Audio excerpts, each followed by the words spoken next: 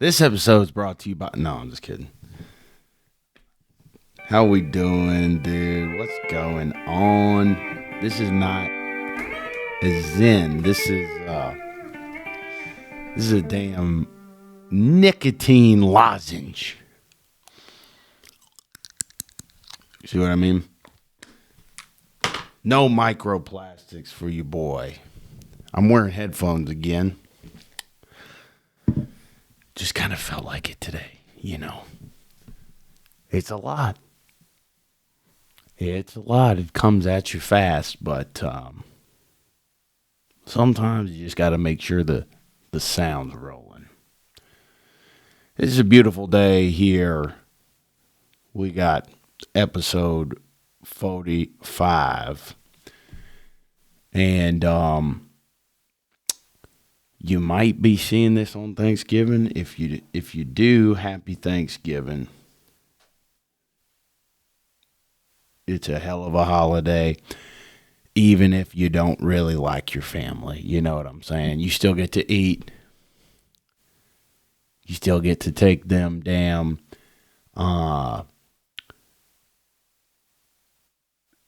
afternoon walks. You feel me? Come back with some damn red eyes. And then your mama looks at you and you said, "Why you smell like herb?" You know, those kind of walks. Why you smell like pot? You smell like pot. You know, those kind of walks with your cousin. I ain't getting to hang out with none of my cousins this year. My family came out to AZ this year. So, damn, boy. Come on, dog. Yeah, man. We're just kind of playing around a little bit. I got some stuff I want to show you. We might not. We might just go with it. You know what I mean? Like a damn frog on a lily pad flowing downstream, something like that. You know, I don't think lily pads exist on rivers because they don't. You know what I mean? What's going on, y'all? I mean, here's the thing. I got this damn book in front of me, 4 Hour Body by Tim Ferriss. Picked it up at my parents' Airbnb, sitting there on the damn bookshelf, and I really like Tim Ferriss's work, so I thought to myself, well, I might just snag it and take it overnight. And it had a really interesting section about sleep, and you know, I struggle with sleep, and not in the way you might think. I struggle to get to bed when I say I'm going to get to bed. I sleep good. I don't have a problem falling asleep most of the time. I've actually had some problems falling asleep lately, like two nights, you know, not a lot, but I think it was because I ate some cookies and played video games. You know, it's funny. You think back to like being a prepubescent 12, 13-year-old boy. You know, a little bit of sweet music in your armpits. A little bit of pre-existential angst. You know, you think you got existential angst, but, you know, you got no clue what's coming, boy. You got no clue. Like that kind of age. You used to be able to eat sweets and play video games until 3 a.m. and then wake up at 7 a.m. in the summertime to go to football camp. And it was all gravy, you know. Still out there routing folks up. Still out there getting the ankles broken in coverage and getting back up for another play, you know? But yeah, man, the sleep is hard for me because I'll go to bed later than I say I will. And then that means I normally wake up later than I want to. And then that turns into feeling rushed in the morning, which turns into feeling rushed the whole day. So I've been trying to just really figure that out. Is it a question of self-respect? Is it biological needs? Is it not enough structure? I haven't really, it could be all of them. You know what I'm saying? It could be all of them at one time. Might not be any one or two particular things, but this 4-Hour Body by Tim Ferriss, I really appreciate Tim Ferriss's work. Started with the 4-Hour Work Week. It's talking about ways you can start your own business pretty much. I haven't listened to that audiobook in a long time. And that was like his first bestseller. That was like his come to Jesus, I'm famous type of moment, you know, when everyone was like, oh shit, this guy's a guy, you know. And then I think after that, he wrote this book, 4-Hour Body, and he's written a couple more that are really good. And I hadn't read any part of 4-Hour Body yet. It was the last one of his. He's got a couple others.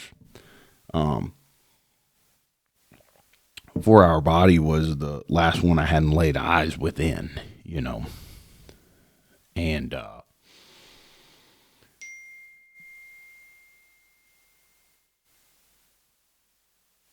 man, I thought I turned on D&D, man. What are we doing? No, man, 4-Hour Body, it talks about, I spent some time on it last night, and it talks a lot about different workouts, obviously, different foods, supplements, and his whole thing in this book is that I'm not a medical professional, so I don't have to put my reputation or my life's work on the line. You know what I mean? Like, if a Stanford professor came out and said, hey, you only, God damn, son, stop.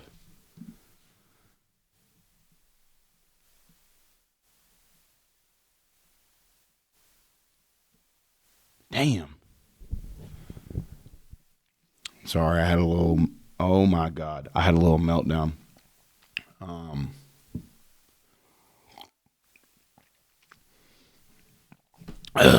I ain't gonna cut it. I'm just gonna keep it rolling. Shit fire. Okay, where were we? I got the alert shut off.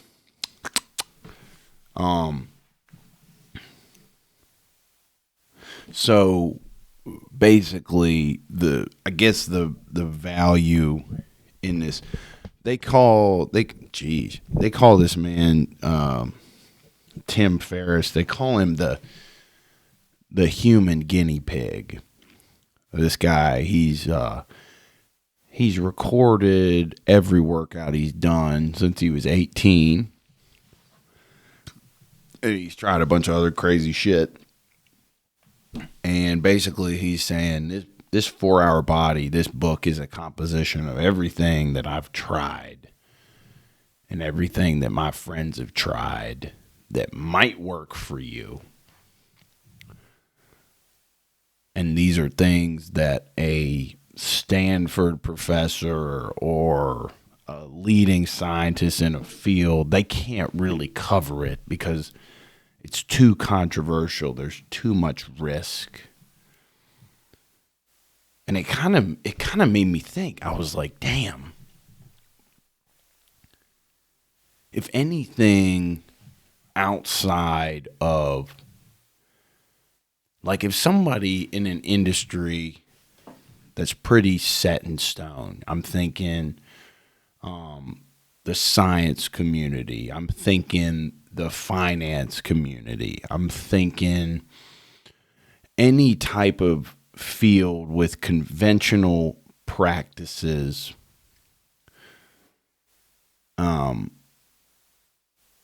you can't really go into those fields and be a revolutionary because your reputation goes on the line.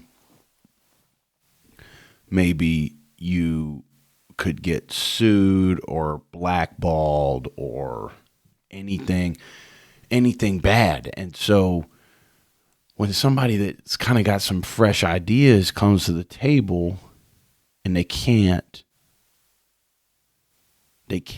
present the fresh ideas because they fear they're going to lose their spot in the field and therefore lose their well-being, not maybe their well-being, but their living and in a lot of cases their life's work.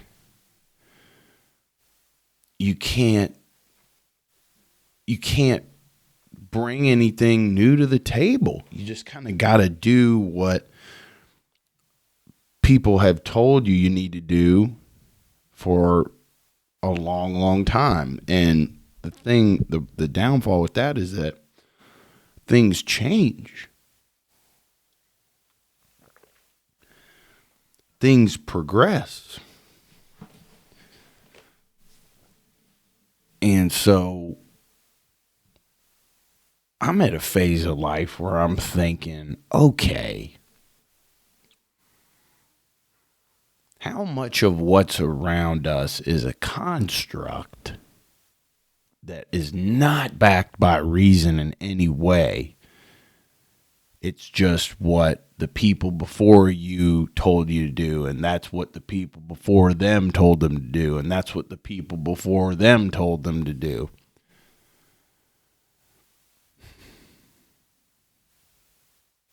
And it's like when you bring an idea to the table that might conflict with any of those generational ideas or constructs, it's like you damn kicked their freaking puppy, dude. If you're talking to someone that's deeply conditioned, you know what I'm saying? Deeply bought in. I was watching this documentary. I don't know if it's if you'd call it a series or a documentary or what, but it's on YouTube. It's a guy named Mike Maloney. Let me put y'all on game. And he was talking. It's like I'm not even done with the series yet. It's like 10, 30-minute episodes. It's like a TV series on YouTube, you know. And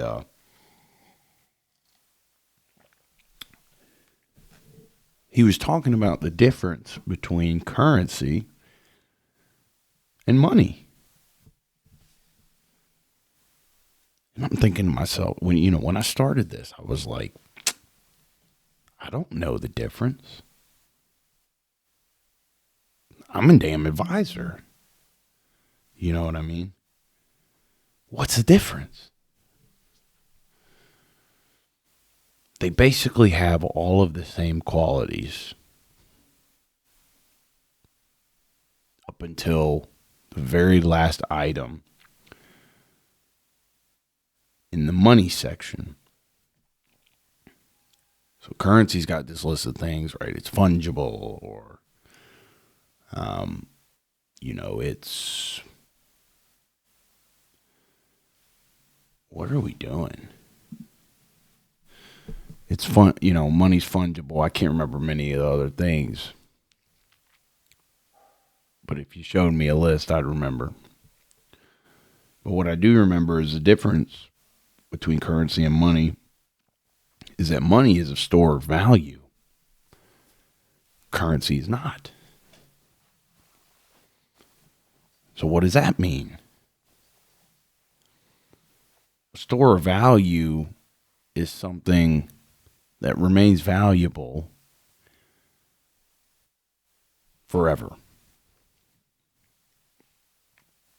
And the argument that is made, it's not really an argument, it's factual the deeper you go into it. The argument that's made, or the facts that are presented, are that the U.S. dollar ain't based on nothing. It's a piece of paper printed by our government. I don't know about y'all, but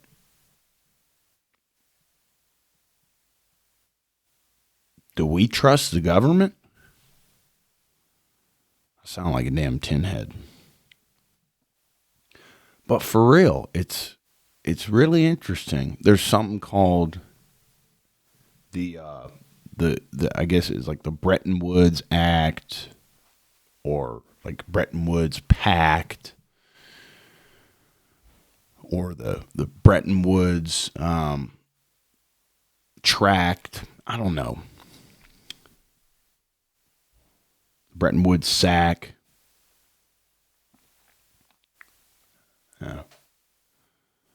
My damn brother's in the kitchen slamming every damn microwave door that there is, and I'm hearing it, and it's it's throwing me into a damn. But I'm just gonna keep it flowing. We're in the thick of it now. Okay. Bretton Woods. Basically, what happened was in World War I, all of the other European countries were fighting. Okay, so the U.S. stayed out of it basically until the end. And so how did we benefit from that? Well, gold was still the predominant currency in the world at that time. I believe it was in like the 30s, 40s, late 30s, 40s. So what happened is that all these European countries, they needed artillery. They needed all the things you need for war that you got to pay for. And so who supplied them? The U.S. This is how America came to be the world's superpower. All these European countries were fighting each other in World War I. And they needed goods from the United States in order to go to war. And so what happened?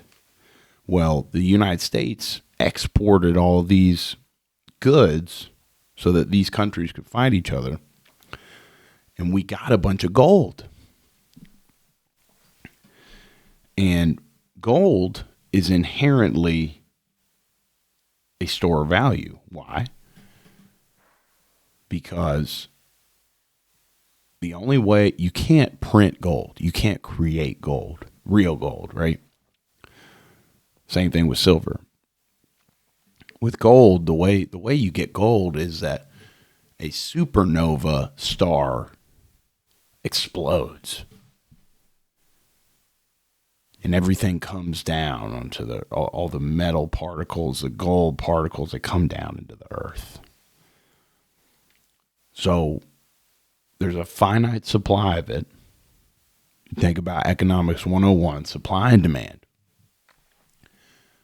There's a finite supply of it, so that makes it inherently valuable. You can't make more. And so you saw this happen back in Athens, Greece, in the ancient times, the BC times, maybe like 600 something BC. Athens, Greece was a damn superpower. because they were one of the first communities to use gold as currency. There are a lot of things you could use as currency. You could use oil as currency, but the problem with oil as currency is that you're not going to carry a barrel of oil to the supermarket. You know, how many pounds is a barrel of oil? I don't even know, but you think about carrying it on your fucking back, trying to go to Home Depot. Doesn't work. So the thing with gold that you could do is that you could take a set amount of it, however much it takes to make a coin, and you could exchange. It's interchangeable. So you can hand somebody a piece of gold for a fish at the market and go on your way, knowing that the fisherman can take that same piece of gold and go to someone else and buy a damn fishing pole. And then that person can take that same piece of gold and take it and go buy taters or whatever.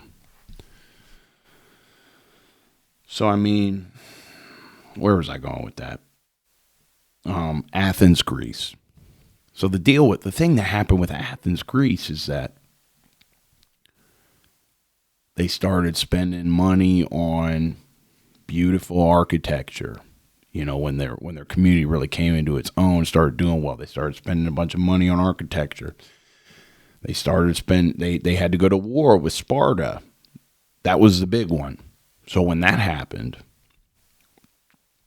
they started overspending their gold.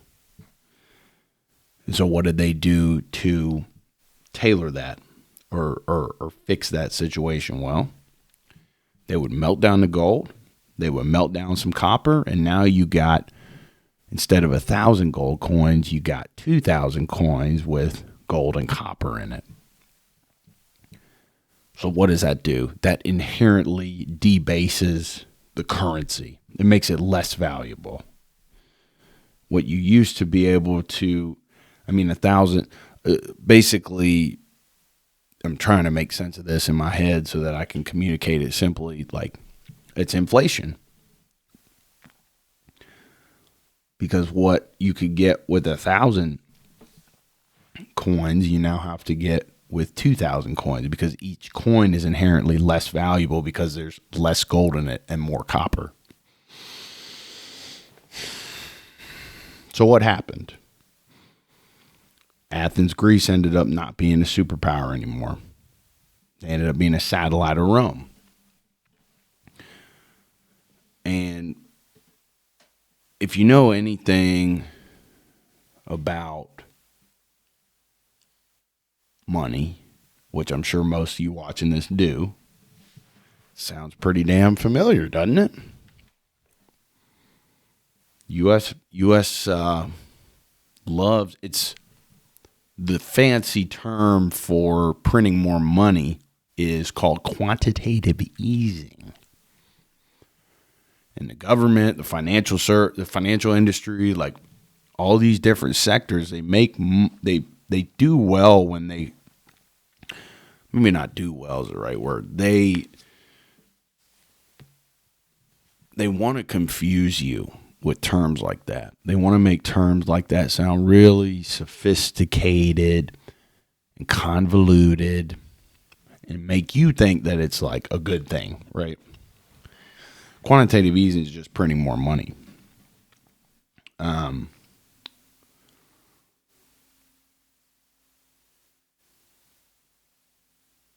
So what can we make of this? Well, back during the Bretton Woods Act, or the Bretton Woods, I don't even know what you would call it. Let's see.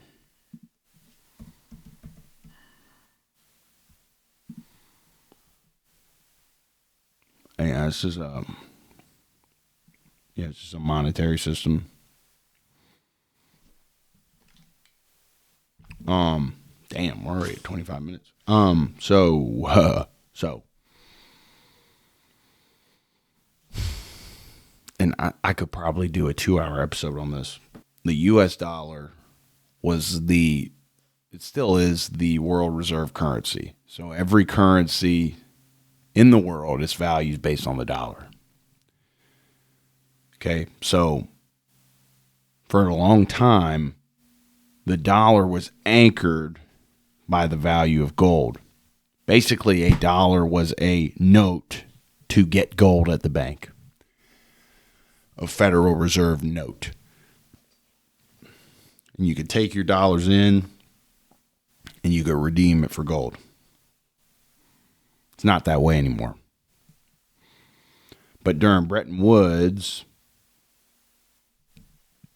it was a period of time where the U.S. started to have to, basically, the U.S. started printing more dollars than there was gold. And countries like France called us out and they said, hey, you got more dollars than gold. Like, we want our gold back. So the U.S. at the end of World War I had like 2/3 of the world's gold. And then we had to give a bunch of it back. And it got to a point in 1971 where a lot of y'all might know about this, where Richard Nixon went on the airwaves and he said, we're not going to be on the gold standard anymore. Because what would have happened if we stayed on the gold standard is that all the countries would have asked for gold in exchange for their currency. And the U.S. would have had all these notes to exchange for gold and no gold. And the whole world financial system was based on the U.S. dollar, which was based on gold, and the U.S. didn't have any gold to exchange for the Federal Reserve note. And so the whole world financial system would have crashed if Nixon didn't take us off the gold standard. And so where does that leave us? Well, the dollar's not tied to anything. The government can just print it, and you got to trust the government. The interesting thing about it is that when a currency's not tied to anything, when its value isn't anchored by anything that's real money, right? A store of value like gold, it's called a fiat currency. And the thing about fiat currencies is that there has not been a single fiat currency in the history of the world, in the history of humankind, that has been recorded that did not fail. So what does that mean?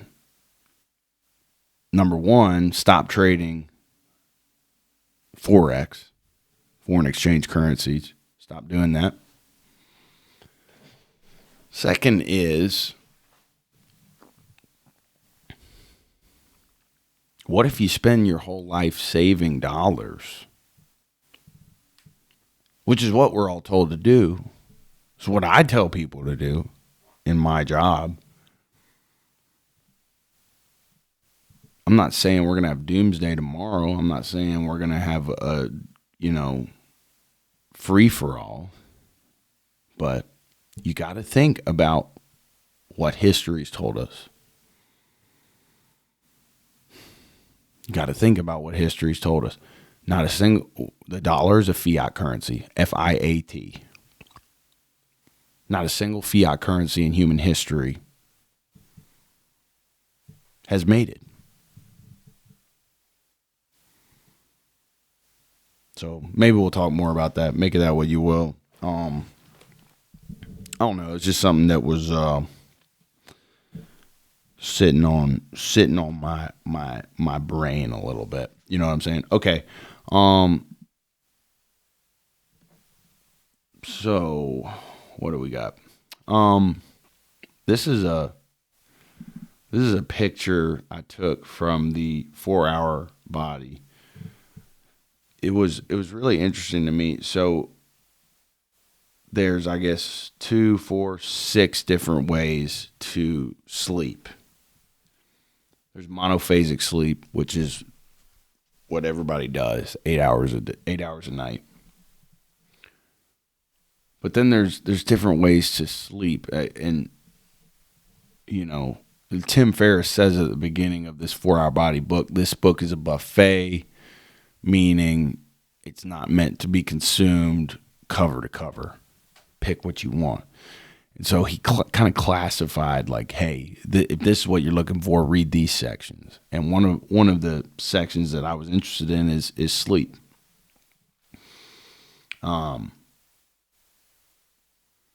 So we got monophasic sleep. There's 6 kinds of sleep. And basically the hook for this chapter was, is it possible to sleep 2 hours a night and feel refreshed and be able to function well? And he said the answer is yes. And I was like, okay. And so this is the I hope my editor keeps this up here. This is the different kinds of sleep. And so basically the idea behind it is you can get away with sleeping less during the night if you take 20-hour naps during the day. And the less sleep you get at night, the more 20-minute naps you need per day, and the more regimented you have to be on your schedule with when you take these 20-minute naps. And you can't oversleep on these 20-minute naps either. It'll upset the whole cycle and you'll be tired for 24 hours. But there's it basically, the severity of it increases as you go down the list here. So like you can get away with 6.5 hours, 6.3 hours if you take one 20-minute nap during the day. And the idea with this is that these 20-minute naps, what you're doing is you're tricking your body into thinking that it's exhausted.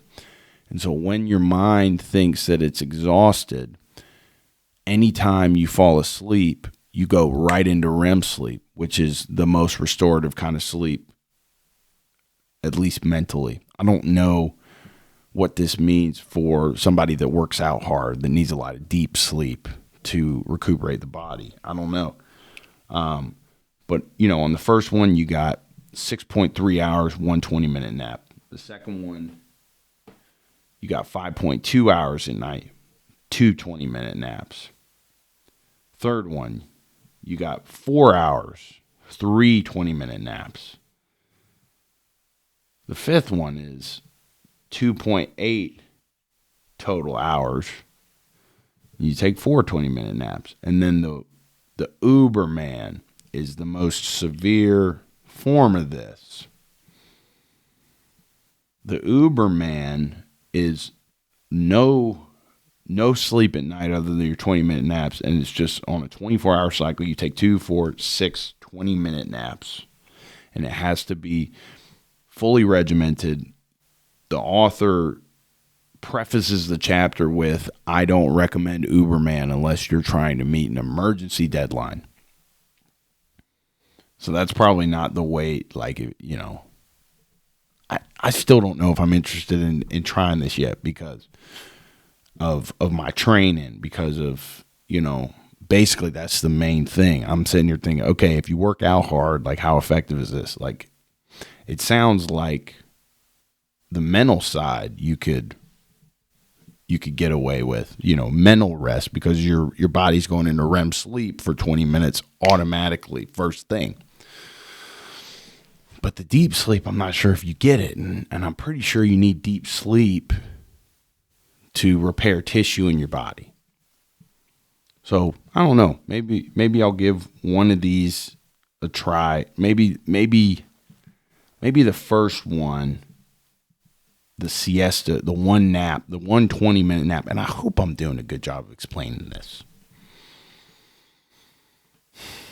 But basically, you know, you can get away with 1.7 less hours of sleep at night if you just take one 20-minute nap on schedule during the day.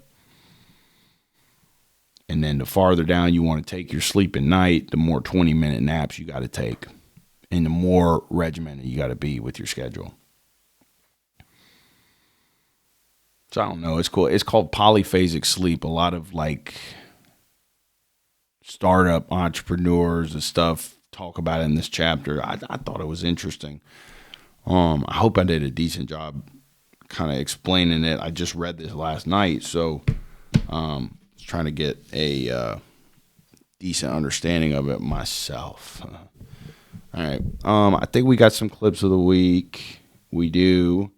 Let's go ahead and show those now. This is an oldie but a goodie. And I don't think it'll trigger copyright because this isn't the actual song. It's a guy playing the song. I'm having trouble trying to sleep. Yeah. I'm counting sheep but running out. Run it up. It's time to by. Still I try. Yeah. No rest for cross stops in my mind. Let's We're on my own. Here we go. Woo! This gonna get them hoes wet, I'm telling you. Yeah. Hey. My eyes feel like they're gonna bleed. Yeah, they bleeding, bitch. Yeah. Right up and bulging out my skull. Come on now. My mouth is dry. My face is numb. Dunna. Am I on? Here we go. Bennett.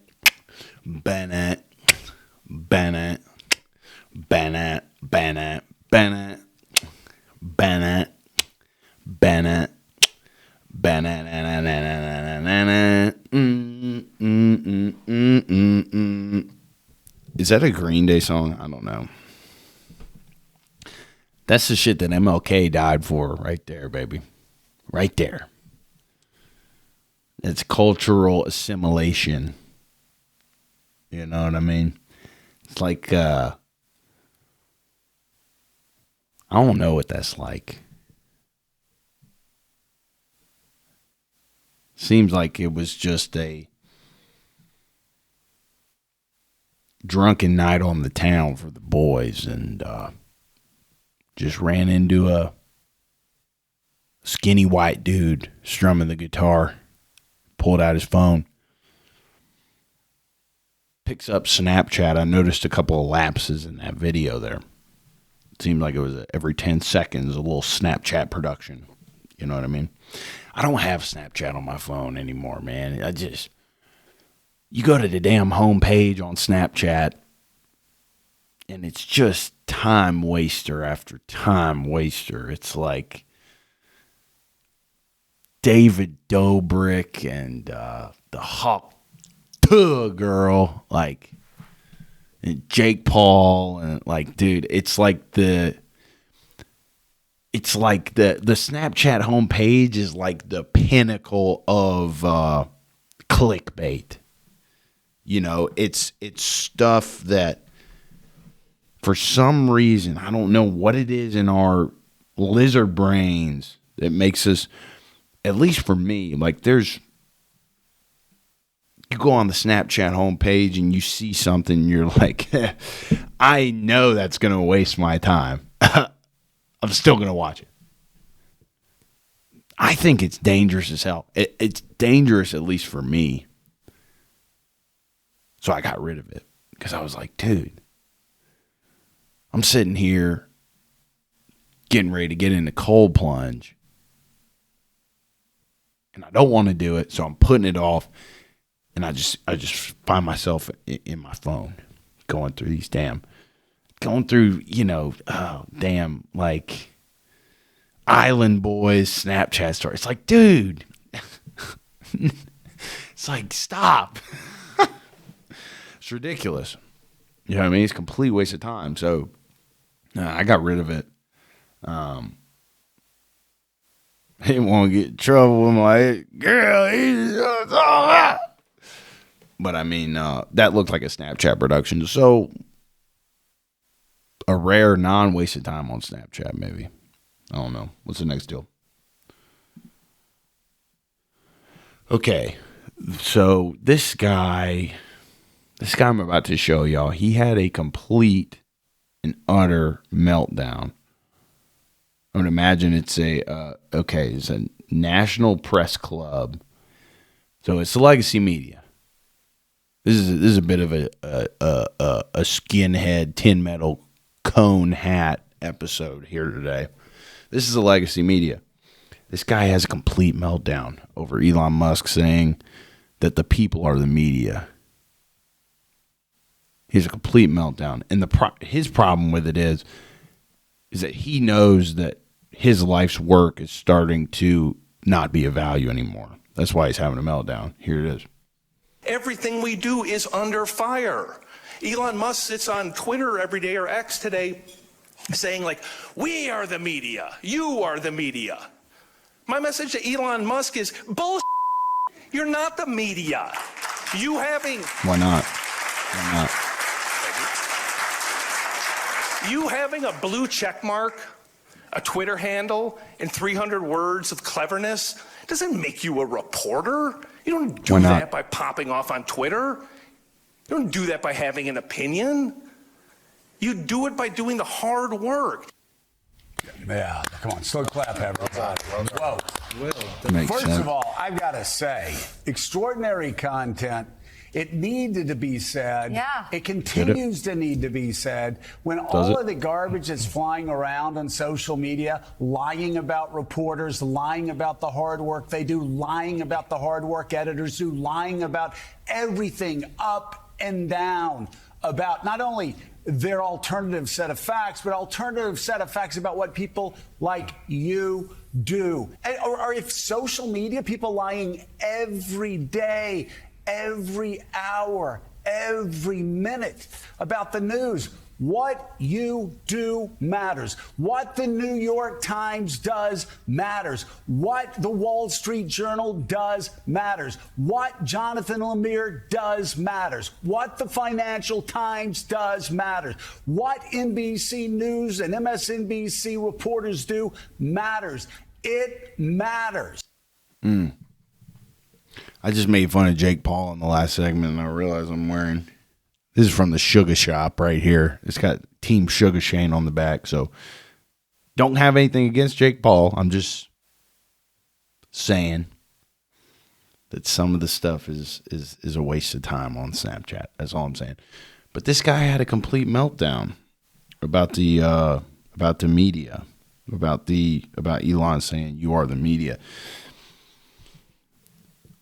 Why do you, as a media executive, feel like you have more of a right to talk about things that are going on than the actual people amongst the events that are going on? Why does he have such an emotional overtone when he's saying these things? If he was sure of what he was saying, he probably would have been a bit more emotionally even given that speech, wouldn't he?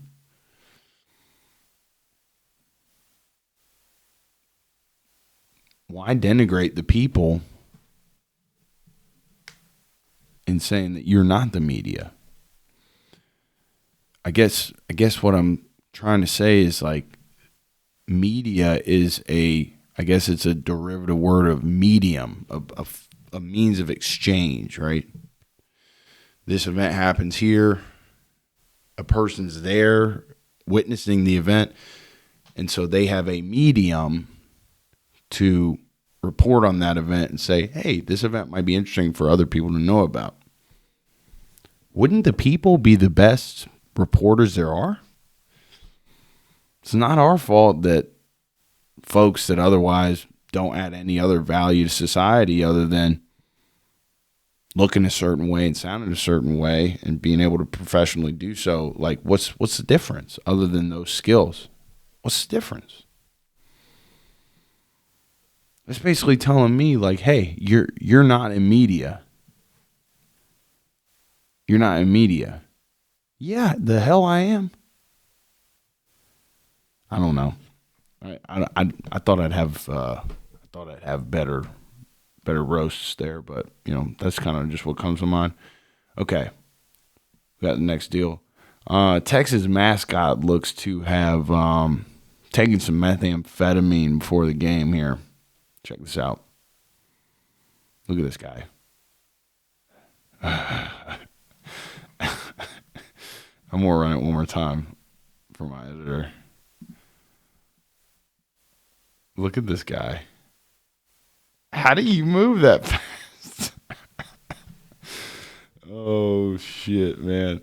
You think about a mascot. Okay. You think about a let's say a professional sports mascot. I got to know one guy that was the mascot for the Colts.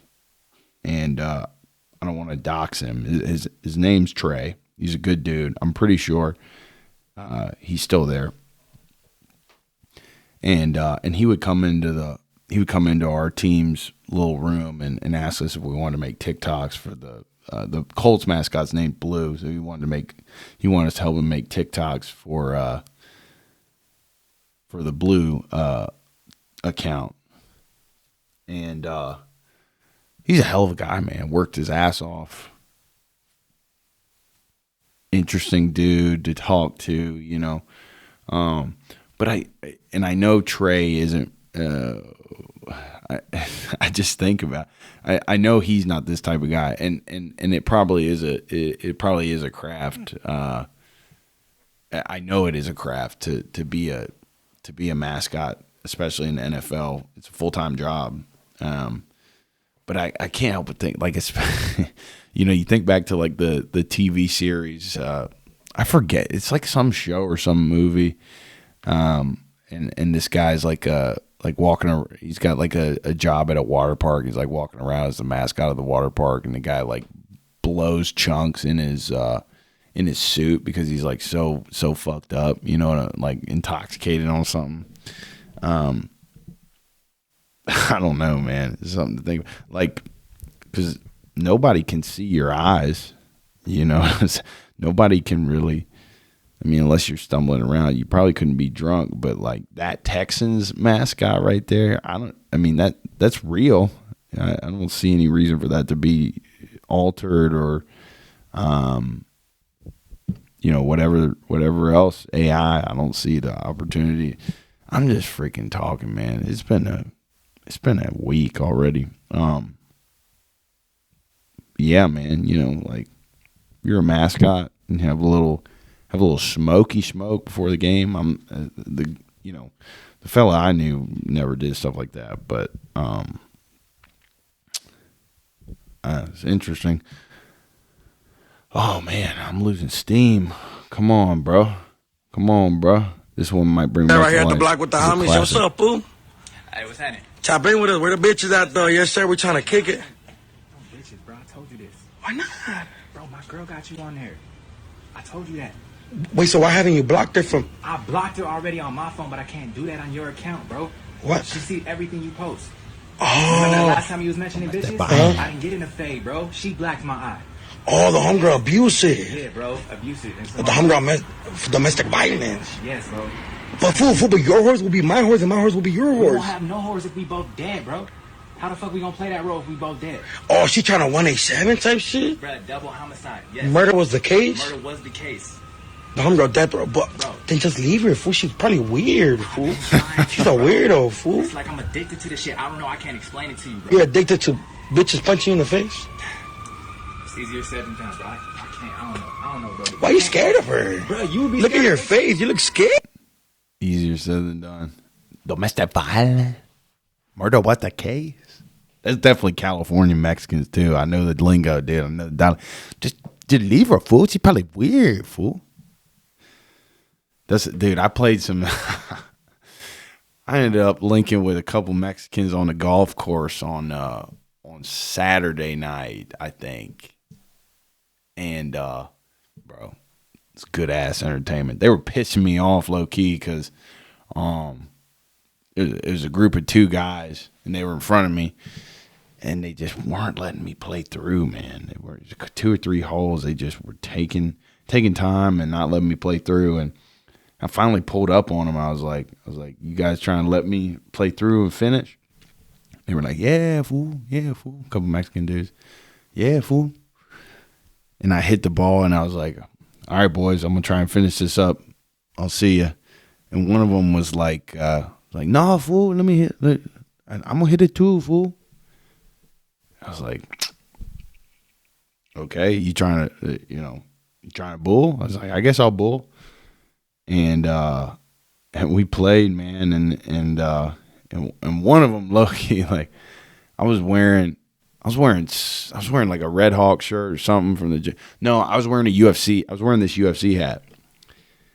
And they were like, you fight, fool? And I was like, nah, I just like to train with fighters. And they were like, oh. And one of them was like, they were both cool, but one of them was like, they were cousins. And one of them was definitely like the younger cousin, and the other one was definitely like the, oh yeah, like I'm the alpha of the group type shit. And the younger cousin was like, hey, so you fight? And I told him, what I told y'all, and then the other guy was like, he's like, I'm not too impressed. And he's like, like thinking I would be weak at it. I was kind of, just didn't react, like whatever. And then we get to the next tee box, and the younger cousin, he's like, so fool, like what you guys do when you go in there and train? And I was like, well, we throw hands on Tuesdays, we wrestle on Thursdays, we spar on Saturdays, put it all together. And the older one, like, it wasn't nothing like crazy, but he was standing next to me. And he like level changed on me, like see if I would react, and I didn't. They're like, "Oh, he got it, fool! He got it, fool!" It was just funny. And then after that, the older cousin, he didn't make no more comments. He didn't do no more level changes, try to get me to flinch, like nothing. We was just cool. And then he actually gave me, it got dark and they wanted to keep playing. So he actually, he gave me a glow-in-the-dark ball that he said he spent $8 a ball on. And I thought that was real nice. It's a good feeling as a man when another fella's trying to bust your chops and you kind of roll with it and you kind of earn their respect. I think that's important for men. You got to kind of have that chop buster in the group that kind of weeds out the, I don't want to say the soft fellas, but the more emotionally frail fellas, you know what I'm saying? Because if I was insecure, I probably would have flared up the second he said, "Oh, I don't buy it. I don't see it," or whatever the hell he said. I don't know. It was cool. The video of those Mexicans reminded me of that. Mexican people are cool, man. Mexican people are some of my favorite people. They're gritty. They work hard. They don't judge you. They got good food. Good at baseball. Not very tall, but cool people. You know what I'm saying? What we got next, man?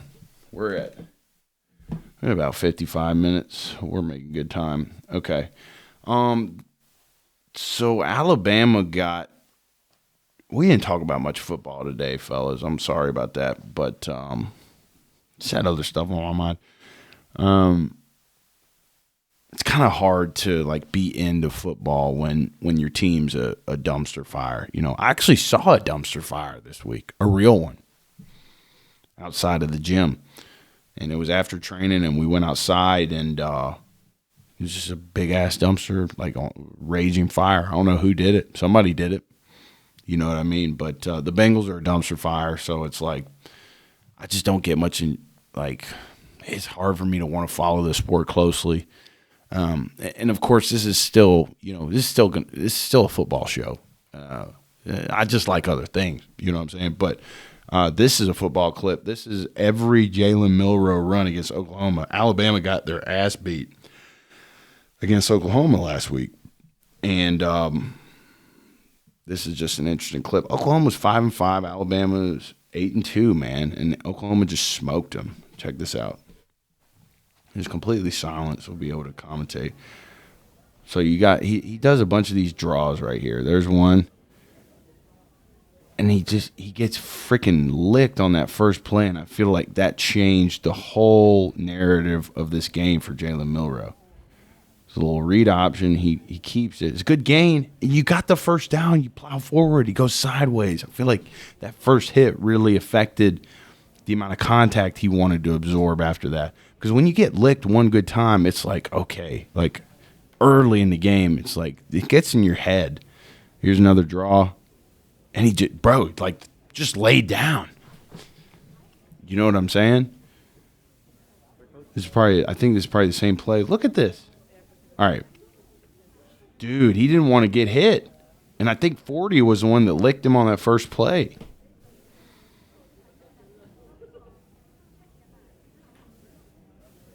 I would have seen that first play if I was Kalen DeBoer. I mean, I don't know, man. Jalen Milroe is such a great player most of the time. And the DN crashes, so he pulled it. But you got a gap right there. You got to hit it. But then again, he's thinking about getting the ear hold again. He's got the speed to hit that gap and get more. Another draw. Nice spin. And he goes backwards. I think that first play really set the tone. You get punched in the mouth. That was a good run. You know, it's all about the ability to mentally just come back to baseline. And it's hard in the heat of competition like this. A little read option, we're not really anywhere to go on that play.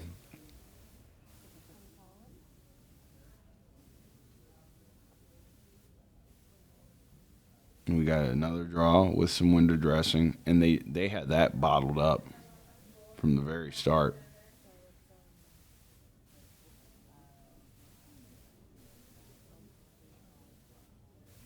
We're scrambling.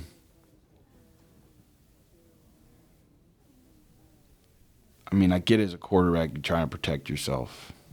I get that. I'm not going to tell you to lower your shoulder every play. That one's bottled up again. A lot of these plays were just, and this is my first time watching this film all the way through of every Jalen Milroe run. It's a good gain. Oh my God, these boys were hitting, dude. These boys were hitting. Bottled up again. 40 was having himself a hell of a game for Oklahoma. This is it. You know, I think a lot of SEC supremacists don't want to admit Texas and Oklahoma just yet. I think some of them will have to admit that these are good programs as well. I mean, myself included. I'm definitely an SEC supremacist. And I was like, damn, dude, I ain't admitting Oklahoma and Texas into the SEC until they get them some signature wins in this conference. You know what I'm saying? They got to get initiated. They got to get baptized. You know what I'm saying? And Oklahoma did the baptizing to Alabama, and I think it was, you know, I didn't watch the whole game. That's really the gist of the film that I've seen that we just showed here on the pod, but it looks like Bama got embarrassed by Oklahoma. And I think that we have to acknowledge Oklahoma is a real SEC program now. I think the baptism has occurred. Okay, that's it for the episode. This is episode 45 in the jar with your boy Dupe. Hit a like button if you enjoyed it. Leave a comment. Let us know what you want us to talk about. I know there's people out there watching this show. It might not be many. But nonetheless, leave a comment. Let us know. And definitely hit that subscribe button. Takes a millisecond. You know what I'm saying? Helps us out tremendously. Tremendously. Okay, I love you guys. We'll see y'all next week. This is In the Jar.